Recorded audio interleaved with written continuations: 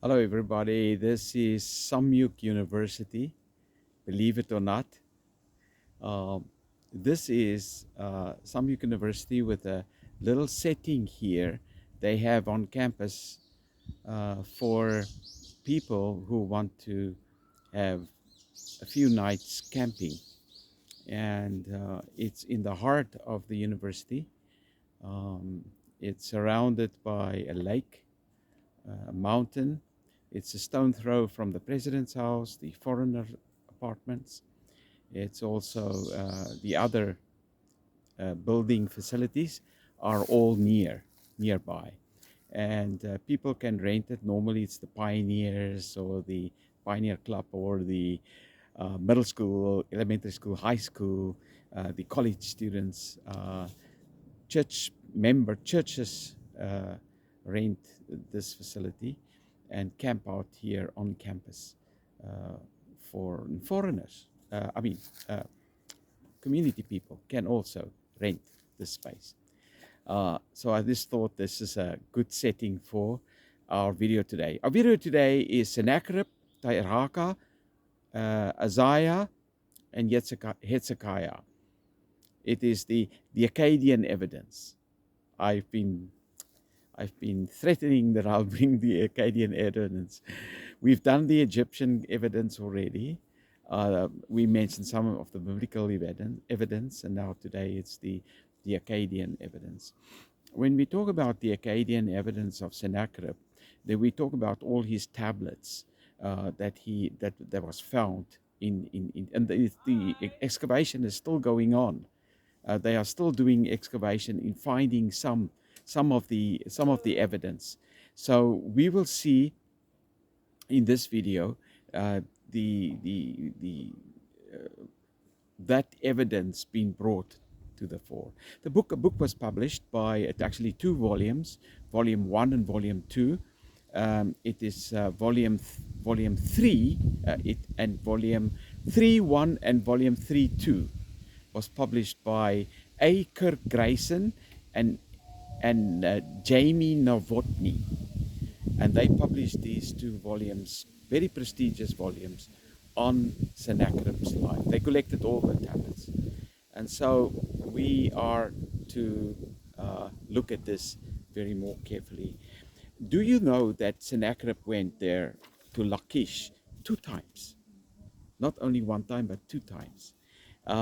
This is an interesting observation that is very important, actually. If you discuss the 2 campaign theory of Siegfried Horan and William Shea, you cannot ignore this. The first time he went there was in 2 Kings 18, verse 14. That's the first time. He went there just to collect taxes, not to destroy the place. But then the second time he went there is 2 Kings 19, verse 8. And that time he totally destroyed Lachish.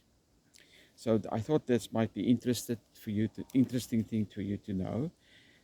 Matty of Oxford University 2014 published a dissertation on 701, the first campaign, the first coming of Sennacherib to Jerusalem.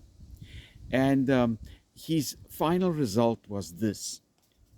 Okay, this is what he said, that there is no evidence of, not a piece of evidence, of any destruction in the annals, reported in the annals of Sennacherib. Wow. Okay. I don't know what the archaeologist is going to do with their conclusion that Lachish was destroyed in 701. This guy says there's no evidence in the annals that it happened in 701. And I would clap hands for this guy, and Natsek Matty from Oxford, because that's exactly what Adventists has been saying all along. Lachish was destroyed later, not in the first time. Okay, then we move on to the actual today's our task today. The first thing we need to know is the building operations of Sennacherib. The guy had a mania for building. All the inscriptions show that he built a wall like 699. Then shortly afterwards, it's irrigation that he focused on, channels, bring water to Nineveh. It caused a lot of flood, so he created a big lake on the side of Nineveh. It's called the marsh. He opened up a marsh there. And then the next year, he built parks for the people. And he brought in all kinds of beautiful, beautiful flowers and animals like pigs, wild pigs. The other animals that he brought is a wild pig, and also I can imagine he brought what I saw is deer, roe deer. He brought them for the people, and he beautified the area around Nineveh.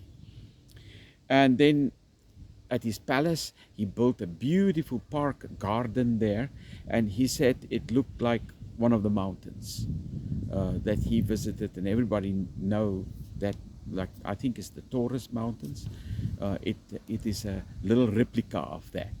Well, that's what he said, right? These operations of building, the beautifying the environment, right, were all done 699 to 694, and he had Hezekiah and his people were in 701. They were, and the first time he came, he says, "Show me the money, give me the money. I want to beautify Nineveh's area," and he did, with the money coming from Hezekiah, coming from Lachish, coming from all the other cities of Palestine, right? And that was between 699 and 694. Now, when you come to 694, he decided there must be water system irrigation. Water outside the city need to be brought into the city. Well, that was the plan and engineering work also of Hezekiah in Jerusalem, to build the tunnel to bring the water from the outside to the inside. Now, it may be that they coincide in the same timing as Sennacherib. The engineers which were all Israelis already, some of their relatives came over and helped with the construction of the Hezekiah tunnel that was so well done. And since they've got the know-how already from way in Nineveh, they just brought it to Israel. And I'm talking about Jewish. I'm not talking about Assyrians coming to build it for them. These were, remember, the Jews were already in Israel from 723 when they went there. 723. Under Shalmaneser V. Israel went there. So Hebrews were already there. And we're talking about almost second generation young engineers in Nineveh. So 699 to 694 was the palace park, and all the parks and stuff, and the marshes. But then the irrigation system started in 694 to 691. And that was fine. When he had still the irrigation systems, Hezekiah and the taxpayers of, the money going regularly, yearly up to Nineveh from Palestine was fine. It was hard, it was difficult, but because they could see the projects is done for beautifying the city, people benefit by it. Then in 691, there is suddenly in the mind of Sennacherib a little twist. Okay, here comes deterioration of we call it mental deterioration. 691. Suddenly he wants to build a road. Look, people say, okay, make it narrow so that we can have our gardens. He said, no, make it big. I want your gardens. So he grabbed the gardens, made the wide road, And people felt very uncomfortable with that. So he put his stelas there so that he says, this is my property, don't move it. And so on both sides of the road, so they couldn't move it. So that was the first confrontation Sennacherib had, where they could see, listen, this king is a little bit strange now. Then he got the idea he wanted to build a new palace. The old palace is garbage, he said. The passages are too narrow. It was built with a bad plan. So build me a bigger one with wide open spaces, like they have in Syria, and and build two flanks, make a large open court, and have two flanks. One flank is the Syrian style, the Western style, a West Semitic style, and the other one is the Eastern Semitic style, Assyrian style. Okay, now he started to become more extravagant, spending the money from Israel, from Jews, hardworking farmers, people who work with their sweat and tears and under difficult circumstances, so that he can have a wide royal road, for him to show off. And then he built this palace, this enormous palace, very expensive. And Hezekiah said, we had enough. No more money. Lachish said, no more money. And when they decided to inform them, there will be no money coming from Hezekiah or from Lachish or from the other cities for these building operations, Sennacherib got furious. And he ordered text number 22 to be written, showing that if he can remember very well, in 701, way back in 701, he can remember, way back in 701, he can remember, way back in 701, that Sennacherib got Hezekiah like a bird in a cage.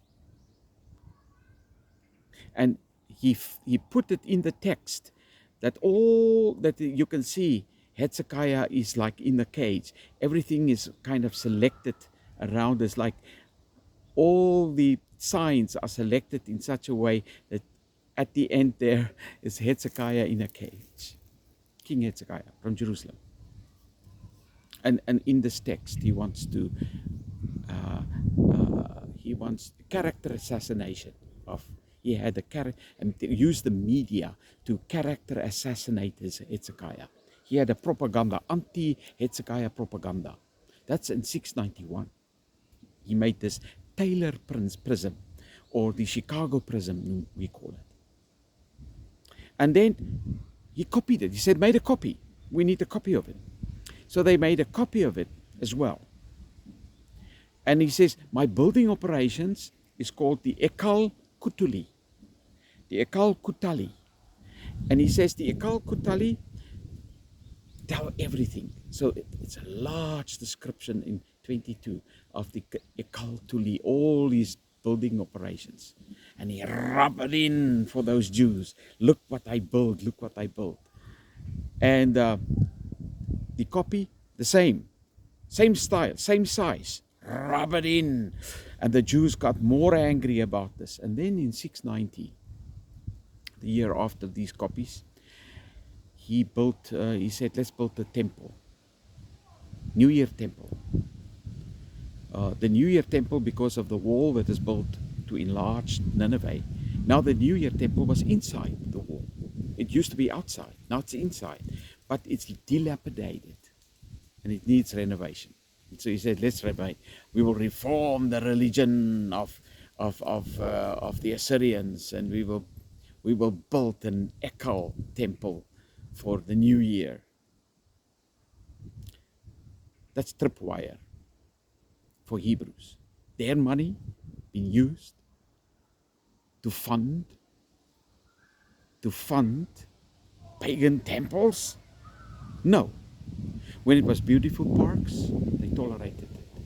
When it was serving the people, they tolerated it. Water, fresh water outside, the whole year long in the city, they tolerated it. No problem. But when he started enriching himself, that was tripwire. That was the act. He also started building an army. There's another palace, and in 690 he started working on that palace, and he wanted the soldiers to move into that palace.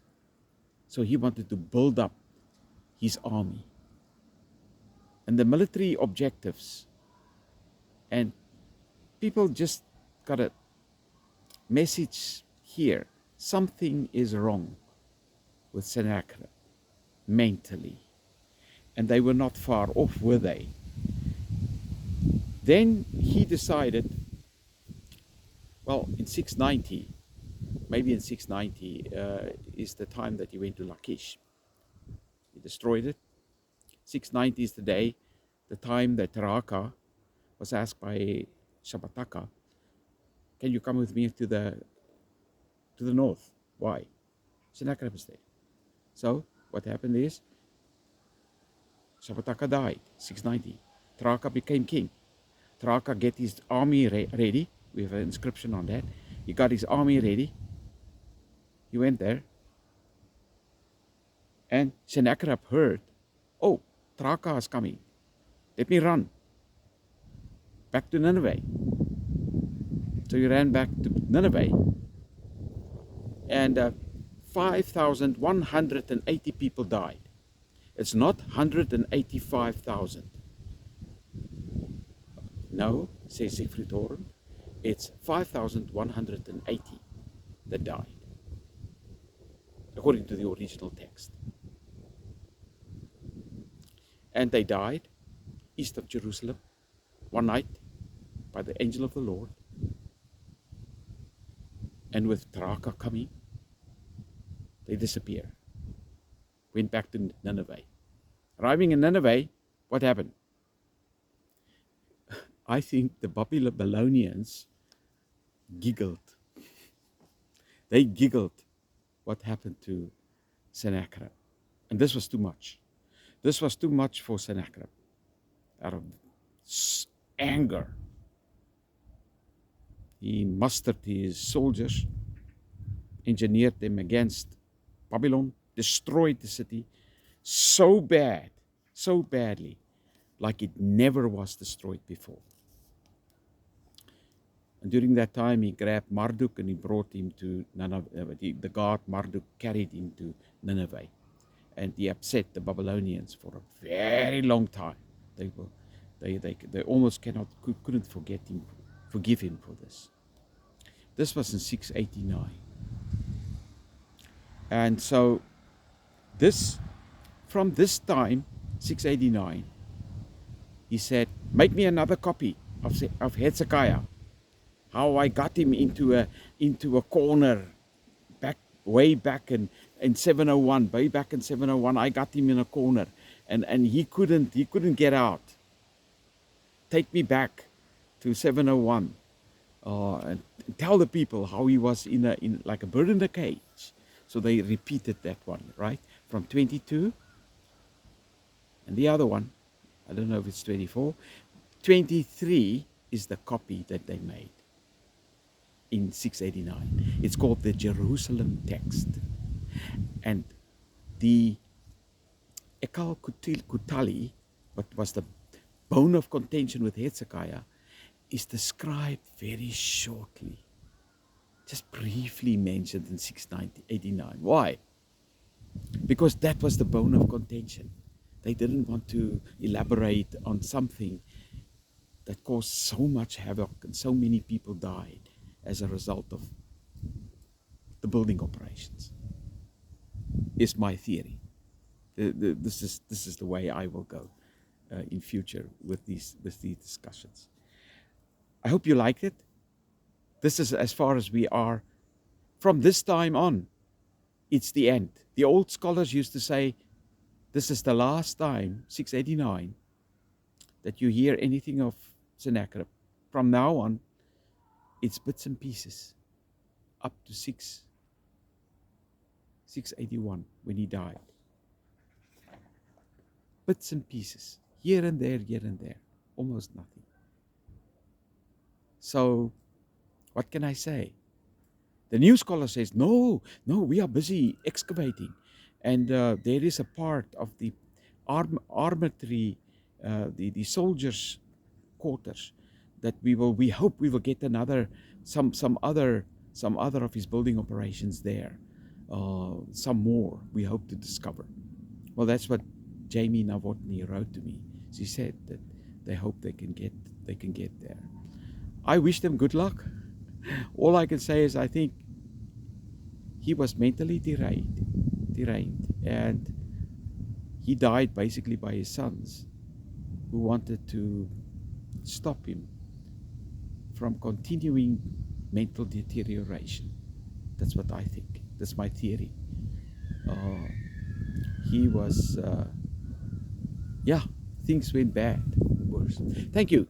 That's all from me, from Sahmyook University. Take care. Bye.